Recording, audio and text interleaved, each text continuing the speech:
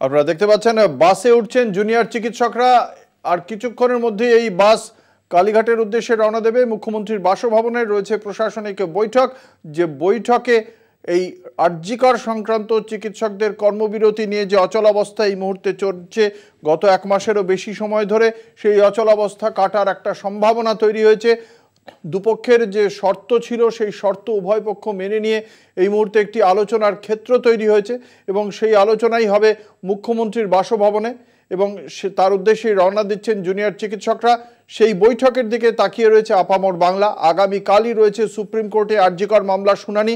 তার আগে এই কর্মবিরতি প্রত্যাহারের জন্য সুপ্রিম কোর্ট আমরা দেখেছিলাম 9 সেপ্টেম্বরের যে শুনানি ছিল সেখানেও চিকিৎসকদের বলেছিলেন মহামান্য বিচারপতি যে 10 তারিখ বিকেল 5টার মধ্যে যাতে তারা কর্মবিরতি প্রত্যাহার করেন। ফলে তারপর আজকে যে 16 তারিখ আগামীকাল ফের শুনানি রয়েছে, তার আগে চিকিৎসকরা আজকের বৈঠকের পর কর্মবিরতি প্রত্যাহার করেন কিনা সেটাও একটা বিষয়। আমাদের সঙ্গে রয়েছেন আমাদের প্রতিনিধি সত্যসুন্দর ভট্টাচার্য। সত্যসুন্দর এই মুহূর্তে রয়েছেন স্বাস্থ্য ভবনের সামনে জুনিয়র চিকিৎসকরা যেখানে অবস্থান মঞ্চ গড়েছেন, যেখানে তাদের ধর্ণা মঞ্চ, সেখানে রয়েছেন সত্যসুন্দর। তার কাছে চলে যাব। সত্যসুন্দর, যেটা জানতে চাইব যে একটা প্রায় এক মাসেরও বেশি সময় ধরে জুনিয়র চিকিৎসকরা তারা এই আন্দোলন চালিয়ে যাচ্ছেন। আজকে সেই আন্দোলন চালিয়ে যাওয়ার পাশাপাশি তারা কর্মবিরতি করছেন, স্বাস্থ্য ভবনের সামনে ধর্ণা করছেন। 34 জনের একটা টিম তারা যাচ্ছেন মুখ্যমন্ত্রীর সঙ্গে বৈঠক করতে। তারপরেও সেই টিম সেখানে দাঁড়িয়ে তারা কর্মবিরতি পালন করে যাবেন, নাকি সেটা আজকের আলোচনার পর তারা ফলপ্রসূ হয়েছে মনে করে সেখান থেকে বেরিয়ে আসবেন, সেই সিদ্ধান্ত তারা সেখানে ঘোষণা করবেন না, করবেন এসে ধর্ণা মঞ্চে? কেন এটার প্রয়োজন হচ্ছে? কি বলছেন ধর্ণা মঞ্চে উপস্থিত বাকি ডাক্তাররা? কেন এটার প্রয়োজন? তারা কি নেতাদের ওপর আস্থা রাখেন না, যে কারণে নেতাদের ধর্ণা মঞ্চে এসে তাদের ঘোষণা করতে হবে? দেখো, জুনিয়র চিকিৎসকদের যে দল ইতিমধ্যেই কালীঘাটের উদ্দেশ্যে রওনা দিয়েছেন, তারা সেখানে যাওয়ার আগে স্পষ্টতই যেটা জানিয়েছেন যে বৈঠকের বা এই আলোচনার সদিচ্ছা তাদেরও রয়েছে। কিন্তু সেক্ষেত্রে যদি দেখা যায় তারা যে দুজন স্টেনোগ্রাফার তাদের সঙ্গে নিয়ে যাওয়ার কথা জানিয়েছেন, সেক্ষেত্রে কার্য বিবরণী সেখানে লিপিবদ্ধ করার জন্য প্রশাসনিক তরফে যেরকম লোক থাকবে সেখানে থাকবে, তার পাশাপাশি পাল্টা এই জুনিয়র চিকিৎসকেরা তারাও কিন্তু তাদের নিজেদের এই কার্য বিবরণীতে তাদের বক্তব্য লিপিবদ্ধ করার জন্য স্টেনোগ্রাফার নিয়ে যাচ্ছে। অর্থাৎ উভয় পক্ষের এই যে কার্য বিবরণের যে মিনিট, সেটা মিনিট টু মিনিট লিপিবদ্ধ হবে। শুধু তাই নয়, তাদের প্রত্যেক প্রতিনিধি যারা যাচ্ছেন তাদের স্বাক্ষর সেখানে থাকবে, এমনটা কিন্তু তারা জানিয়েছেন। শুধু তাই নয়, তারা তাদের যে সিদ্ধান্ত, অর্থাৎ এই কর্মবিরতি প্রত্যাহারের সিদ্ধান্ত বা তারা দীর্ঘদিন ধরে বিচারের দাবিতে যে আন্দোলন চালাচ্ছেন সেই আন্দোলন থেকে তারা সরে আসছেন কিনা, এই গোটা বিষয়টি সিদ্ধান্ত কিন্তু তারা নেবেন স্বাস্থ্য ভবনের সামনে। তাদের যে ধর্ণার স্থল, যেখানে ধর্ণা মঞ্চ হয়েছে, সেইখানে এসে তারা সিদ্ধান্তের কথা জানাবে। সেক্ষেত্রে গোটা বিষয়টি নিয়ে কিন্তু তারা যেখানে তাদের ধর্ণা শুরু করেছিলেন সেই জায়গা থেকেই কিন্তু তারা তাদের ধর্ণার তাদের নিজেদের অবস্থান কি হবে সেটা কিন্তু আলোচনার সাপেক্ষে নির্ভর করবে এবং সেই বিষয়টি একেবারে শেষ পর্যন্ত সিদ্ধান্ত জানানোর ক্ষেত্রে তারা এই আন্দোলন স্থল বা ধর্ণা মঞ্চকেই বেছে নিচ্ছে। তার কারণ হিসেবে তারা মনে করছেন যে এখানে বিভিন্ন রাজ্যের বিভিন্ন জায়গার মেডিকেল কলেজ, হাসপাতালের যে সমস্ত চিকিৎসক পড়ুয়া যারা এই আন্দোলনে সামিল হয়েছে, তার পাশাপাশি অন্যান্য যারা সিনিয়র চিকিৎসক রয়েছেন যারা তাদের এই আন্দোলনকে সংহতি জানাচ্ছেন, তারা যেহেতু এখানে এই আন্দোলন স্থলে রয়েছেন, তারা কর্মবিরতি চালাচ্ছেন, সেই জায়গায় তাদের এই 34 জনের প্রতিনিধির যেরকম বিচারের দাবি রয়েছে, সেই রকম ভাবে এখানে আন্দোলনরত যে সমস্ত চিকিৎসকেরা রয়েছেন তাদেরও কিন্তু সমানভাবে সেই দাবি রয়েছে। ফলে সেই সিদ্ধান্ত নেওয়ার ক্ষেত্রে তাদের সামনে তাদের সেই সিদ্ধান্ত নেওয়া হবে, এমনটাই কিন্তু তারা জানিয়ে গিয়েছেন। ফলে বৈঠকে তাদের যেরকম সদিচ্ছা রয়েছে, বৈঠকের উদ্দেশ্যে তারা মুখ্য সচিবকে মেল পাঠিয়েছে এবং পাশাপাশি সেই বৈঠক সদস্য হলে পরে সেটা ফলপ্রসূ হয় কিনা তার উপরই নির্ভর করছে তারা কর্মবিরতি প্রত্যাহার করবেন কিনা বা সেই কর্মবিরতি আদৌ চালাবেন কিনা। একেবারেই ধন্যবাদ। আমাদের সঙ্গে ছিলেন আমাদের প্রতিনিধি সত্যসুন্দর ভট্টাচার্য।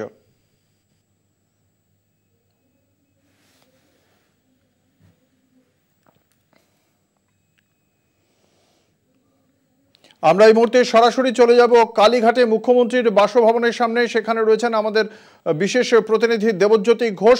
আর কিছুক্ষণের মধ্যেই জুনিয়র ডাক্তারদের নিয়ে সেই বাস পৌঁছবে কালীঘাটে। কালীঘাটে কতটা প্রস্তুতি জানবো আমাদের বিশেষ প্রতিনিধির কাছ থেকে। দেবজ্যোতি, সেখানে কি পরিস্থিতি? দেখো অঙ্কুর, একেবারে ত্রিস্তরীয় নিরাপত্তা ব্যবস্থা করা হয়েছে এবং মমতা বন্দ্যোপাধ্যায়ের বাড়ির দিকে প্রবেশ করার যে পথ, সেই পথটা কিন্তু কলকাতা পুলিশের দখলে এবং পুলিশের পদস্থ কর্তারা রয়েছেন এবং এখানে জুনিয়র ডাক্তাররা যেভাবে আসবেন, অর্থাৎ আগে থেকে পুলিশের পক্ষ থেকে তাদের কাছে একটা তালিকা চাওয়া হয়েছিল, সেই তালিকা আশা করা যাচ্ছে পুলিশের কাছে পৌঁছেছে এবং সেই মতোই কিন্তু তাদের ভিতরে প্রবেশ করানো হবে। তবে কতজন প্রতিনিধি রয়েছেন পরিষ্কার করে জানা যায়নি। অত্যন্ত গুরুত্বপূর্ণ কলকাতা পুলিশের পদস্থ কর্তারা এখানে রয়েছেন এবং ইতিমধ্যেই কিন্তু যারা বৈঠকে থাকবেন তারা সকলেই রাজ্যের মুখ্যমন্ত্রী মমতা বন্দ্যোপাধ্যায় ইতিমধ্যেই যে বৈঠক স্থল, সেই বৈঠক স্থলে তিনি এসে গেছেন, কারণ তিনি তার ঘর থেকে বৈঠক স্থলের সামনে ইতিমধ্যেই প্রবেশ করেছেন এবং অত্যন্ত গুরুত্বপূর্ণ রাজ্য সরকারের পক্ষ থেকে একটা নমনীয় মনোভাব দেখানো হয়েছে। আজকে মেল পাল্টা মেলের পরিবর্তেও রাজ্য সরকারের পক্ষ থেকে একটা নমনীয় পদক্ষেপ নেওয়া হয়েছে এবং রাজ্য সরকার চাইছেন যে আগামীকাল সুপ্রিম কোর্টের যে শুনানি আছে তার আগে সমস্যাটা সমাধান হোক এবং সেই জন্য কিন্তু রাজ্য সরকারের পক্ষ থেকে আজকে মুখ্য সচিব মনোজ পন্ত প্রথম সকালেই চিঠি দিয়েছিলেন জুনিয়র ডাক্তারদের। আজকে পঞ্চম তথা শেষবারের মতো রাজ্য প্রশাসন বৈঠক করবে জুনিয়র চিকিৎসকদের সঙ্গে। এই বৈঠকে মুখ্যমন্ত্রী উপস্থিত থাকার কথা, বাকি প্রশাসনের পক্ষ থেকে কোন কোন আধিকারিকরা উপস্থিত থাকতে পারেন বলে এখনো পর্যন্ত জানতে পারছো? জানো হয়েছে এই কালীঘাটে, কারণ গতকাল যে ঘটনা ঘটেছিল, সেই গত পরশু যে ঘটনা ঘটেছিল, সেই ঘটনার যাতে পুনরাবৃত্তি না ঘটে সেই জন্য পুলিশের পক্ষ থেকে ব্যবস্থা করা হয়েছে, সাদা পুলিশ রাখা হয়েছে। কারণ যখন তারা ঢুকছিলেন তখন যেভাবে বাইরে থেকে স্লোগান দেওয়া হচ্ছিল এবং সেগুলোর ওপরেই কিন্তু কলকাতা পুলিশের পক্ষ থেকে নজর রাখা হচ্ছে। অর্থাৎ আর কিছুক্ষণের অপেক্ষা। যে স্বাস্থ্যক্ষেত্রে যে সংকট দেখা দিয়েছে, যেভাবে প্রায় 35 দিন ধরে কর্মবিরতি চলছে এবং হাজার হাজার মানুষ চিকিৎসা পাচ্ছেন না, প্রায় 7 থেকে 8 লক্ষ রুগী তারা কিন্তু ফিরে গেছেন এবং 7 থেকে 8 হাজার জরুরি অপারেশন, সেই জরুরি অপারেশনগুলো হচ্ছে না এবং 30 থেকে 32 জনের মৃত্যু হয়েছে। রাজ্য সরকারের পক্ষ থেকে 29 জনকে ইতিমধ্যেই আর্থিক সাহায্য দিয়েছে 2 লক্ষ টাকা। সেই মতোই কিন্তু আজকের এই বৈঠকের দিকে তাকিয়ে রয়েছে গোটা রাজ্য এবং বিভিন্ন রাজনৈতিক দলও তাকিয়ে রয়েছেন এবং সমস্ত মেডিকেল কলেজগুলো যেগুলো রয়েছে, 26টি মেডিকেল কলেজ, সেখানেও সমস্ত জুনিয়র চিকিৎসক এবং চিকিৎসকরা তাকিয়ে রয়েছেন রাজ্য সরকারের পক্ষ থেকে কী পদক্ষেপ নেওয়া হয়। এছাড়াও জুনিয়র চিকিৎসকদের পক্ষ থেকে এই বৈঠকে কি বার্তা তারা দেন এবং কি সমাধান সূত্র বেরোয় তার দিকেই তাকিয়ে আছে সাধারণ মানুষও। অঙ্কুর, দেবজ্যোতি, আজকের এই বৈঠকে মুখ্যমন্ত্রীর পাশাপাশি প্রশাসনের কোন শীর্ষ আধিকারিকরা উপস্থিত থাকছেন বলে এখনো পর্যন্ত জানতে পারছো? দেখো, এখনো পর্যন্ত স্বরাষ্ট্র সচিব থাকবেন এবং রাজ্য পুলিশের ডিজি থাকবেন। এছাড়াও পুলিশের কয়েকজন পদস্থ কর্তা কিন্তু উপস্থিত থাকবেন। এছাড়াও রাজ্য সরকারের বেশ কয়েকজন অফিসারকেও কিন্তু ডাকা হয়েছে, তারা এখানে উপস্থিত থাকবেন। কিন্তু স্টেনোগ্রাফার নিয়োগ করা হয়েছে যারা এবং সেই মতোই কিন্তু আপনারা দেখতে পাচ্ছেন ইতিমধ্যে বাস রওনা হয়েছে কালীঘাটের উদ্দেশ্যে। পুলিশের প্যাট্রোলিং কার তাকে বাসটিকে নিয়ে যাচ্ছে কালীঘাটের উদ্দেশ্যে, যাতে পথে কোনো সমস্যা না হয়, যানজটের যাতে মধ্যে না পড়ে যায় বাসটি, সেই যাতে দ্রুত মুখ্যমন্ত্রীর বাসভবনে পৌঁছতে পারে, সেই কারণেই পুলিশের প্যাট্রোলিং কার রয়েছে বাসটির সামনে এবং বাসটি এই মুহূর্তে এগিয়ে চলেছে। নিউ টাউনের পুলিশ বাসটির সামনে রয়েছে এবং সেই বাসটি এগিয়ে চলেছে এই মুহূর্তে কালীঘাটের দিকে। আপনারা জানিয়ে রাখি, আজকে বিকেল 5টায় ছিল নির্ধারিত সময়, কিন্তু 4:30 পর্যন্ত এই মেল, দুপক্ষের মেল, একে অপরকে মেল পাঠানোর বিষয়টি চলে। শর্ত বিষয়টি নিয়ে শেষ পর্যন্ত বিকেল 4:30 সময় রফা হয়। উভয় পক্ষ শর্ত নিয়ে যখন সম্মত হয় তারপরেই বাস আসে এবং মাত্র কিছুক্ষণ আগে বাস আসার পর সমস্ত যে 34 জন আজকের এই বৈঠকে উপস্থিত হবেন, অংশগ্রহণ করবেন ছাত্রদের পক্ষ থেকে, সেই জুনিয়র চিকিৎসকদের 34 জন সেই বাসে উঠে এই মুহূর্তে রওনা দিলেন কালীঘাটের উদ্দেশ্যে। এখন আরও কিছুক্ষণ সময় লাগবে কালীঘাটে পৌঁছতে। অন্যদিকে কালীঘাটেও প্রস্তুতি চূড়ান্ত। মুখ্যমন্ত্রী তিনি নিজে যেখানে বৈঠক হবে সেখানে পৌঁছে গিয়েছেন এবং তার পাশাপাশি এই বৈঠকে উপস্থিত থাকবেন প্রশাসনিক আধিকারিকরা। শীর্ষ আধিকারিকদের উপস্থিতিতে, মুখ্যমন্ত্রীর উপস্থিতিতে হবে এই বৈঠক এবং 34 জন জুনিয়র চিকিৎসক, আন্দোলনকারী চিকিৎসকরা 5 দফা দাবিতে অনড় থেকে তারা আজকের এই বৈঠকে যোগ দেবেন এবং তারা বৈঠকে যাওয়ার আগে ঘোষণা করেছেন যে বৈঠকে কর্মবিরতি সংক্রান্ত সিদ্ধান্ত তারা জানাবেন না। আমাদের সঙ্গে রয়েছেন আমাদের প্রতিনিধি শুভঙ্কর মণ্ডল। শুভঙ্কর, এই নিউ টাউন থেকে বাসটি রওনা দিয়েছে, তুমি বাসের সঙ্গেই রয়েছো, কোন রুটে এগোচ্ছে বাসটি, কিভাবে পৌঁছবে মুখ্যমন্ত্রীর বাসভবনে?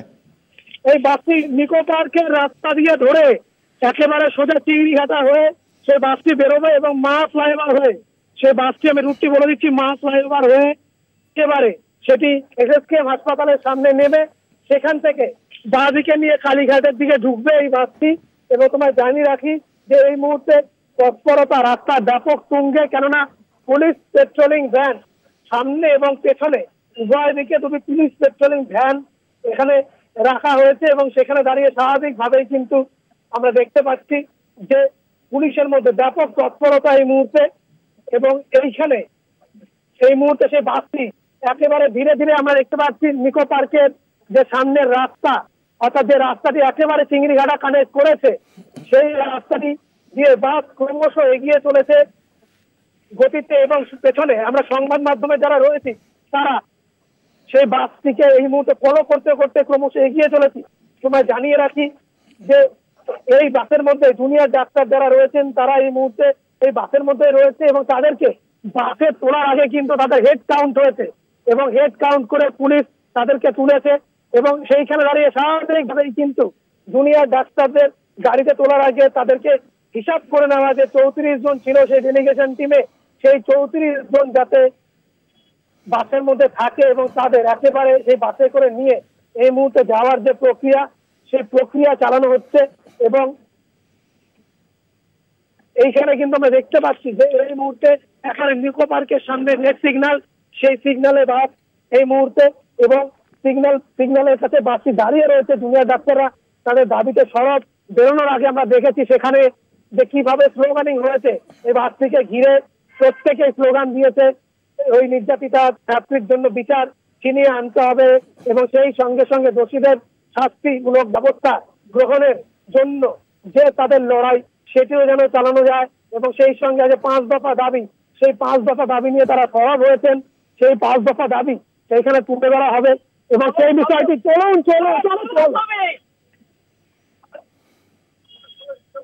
সেই 5 দফা দাবি নিয়ে তারা কিন্তু সরব হয়েছে এবং সেইখানে দাঁড়িয়ে স্বাভাবিকভাবে আজ মুখ্যমন্ত্রীর সঙ্গে যে বৈঠক, সেই বৈঠকে কিন্তু এই 5 দফা দাবি নিয়ে তারা সরব হবেন। তবে যে মিনিটসের বিষয়টি মুখ্য সচিবের কাছে জানানো হয়েছিল ক্লারিফিকেশনের বিষয়ে, সেই বিষয়টিতে এখনো কোনো উত্তর সেভাবে আসেনি কিন্তু তাদের কাছে। তবে তারা বৈঠকে যাবেন বলে স্পষ্ট করে দিয়েছিলেন, কেননা তাদের কাছে এই বৈঠকে যাওয়া ভীষণভাবে দরকারি ছিল, কেননা আগামীকাল সুপ্রিম কোর্টে শুনানি রয়েছে।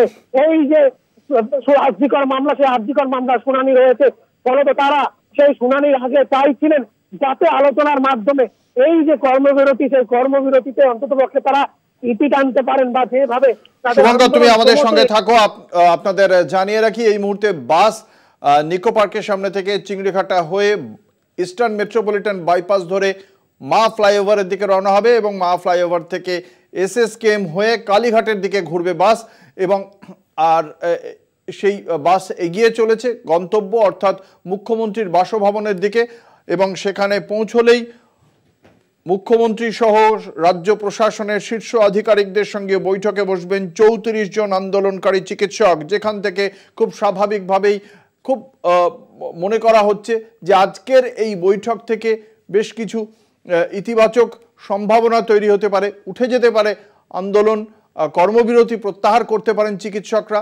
এটা যদি হয় তার থেকে ভালো কিছু হয় না, তার কারণ বহু মানুষ প্রত্যেক দিন চিকিৎসা পরিষেবা থেকে বঞ্চিত হচ্ছেন, বহু মানুষের মৃত্যু হয়েছে ইতিমধ্যে, বহু মানুষ ক্ষতিগ্রস্ত হয়েছেন, তারা চিকিৎসা পাননি এবং অপারেশনের ডেট অনেকের পিছিয়ে গিয়েছে। ফলে এই যে সমস্যাগুলো চিকিৎসা ক্ষেত্রে বা স্বাস্থ্যক্ষেত্রে মানুষ প্রত্যেক দিন যার সম্মুখীন হচ্ছেন, এই জুনিয়র চিকিৎসকরা তারা যদি কাজে যোগ দেন তাহলে সেই বিষয়টি অত্যন্ত সাধারণ মানুষের কাছে, প্রান্তিক মানুষের কাছে অত্যন্ত গুরুত্বপূর্ণ সিদ্ধান্ত হবে, যে কারণে আপামর বাংলা তাকিয়ে রয়েছে এই সিদ্ধান্তের বিষয়ে জুনিয়র চিকিৎসকরা কি পদক্ষেপ করেন। এবং জুনিয়র চিকিৎসকদের যে 5 দফা দাবি রয়েছে, যে দাবিকে সঙ্গত বলে মনে করছে সমাজের একটা বড় অংশের মানুষ, ফলে সেই 5 দফা দাবির ক্ষেত্রে রাজ্য প্রশাসন কি পদক্ষেপ করেন। এবং এক্ষেত্রে আজকে বিলম্বের কোনো জায়গা নেই, কারণ স্বয়ং মুখ্যমন্ত্রী উপস্থিত থাকবেন এই বৈঠকে।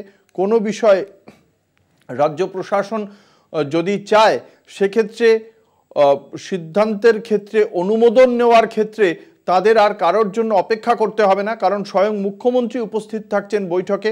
অনুমোদন দেওয়া বা অনুমোদন না দেওয়া, সেক্ষেত্রে সর্বোচ্চ সিদ্ধান্ত প্রশাসনিক সর্বোচ্চ স্তর থেকেই চলে আসবে তৎক্ষণাৎ। ফলে বিলম্বের কোনো জায়গা নেই। ফলে আজকে চিকিৎসকরা যে সমস্ত দাবি নিয়ে যাচ্ছেন, সেই দাবি নিয়ে খোলা মনে যদি একটা আলোচনা হয়, সেই আলোচনা থেকে সদর্থক যদি কোনো পদক্ষেপ বেরিয়ে আসে, উপকৃত হবেন রাজ্যবাসী।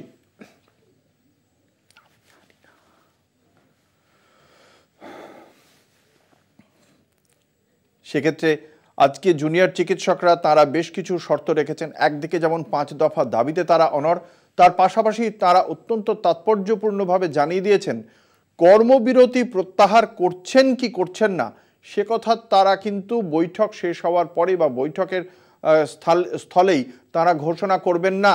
বৈঠক থেকে বেরিয়ে এসে তারা সল্টলেকের স্বাস্থ্য ভবনের সামনে তাদের ধর্ণামঞ্চে আসবেন এবং সেখানে এসে তারা যে তাদের সহযোদ্ধা আছেন তাদেরকে সঙ্গে নিয়েই তাদের সিদ্ধান্ত ঘোষণা করবেন।